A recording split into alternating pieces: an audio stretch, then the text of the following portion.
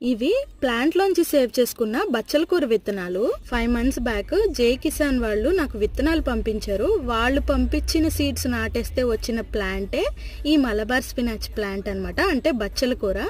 And దానికి white colour పువ్వులు వస్తాయి, తర్వాత గ్రీన్ కలర్ కాయలు. గ్రీన్ కాయలు పండిన తర్వాత రెడ్ కలర్ కాయలు అనేవి వస్తాయి అన్నమాట.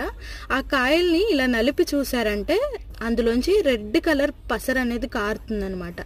ఆ కాయల్ని అన్నిటినీ అలా చెట్లోంచి తెంపేసి ఒక 10 నుంచి 20 రోజుల వరకు ఎండలో ఎండబెట్టుకుంటే అవే విత్తనాలు అయిపోతాయి. బట్ నేను అలా చేయలేదు, కాడలతో పాటుగా సిజర్స్తో కట్ చేయించేసుకున్నాను.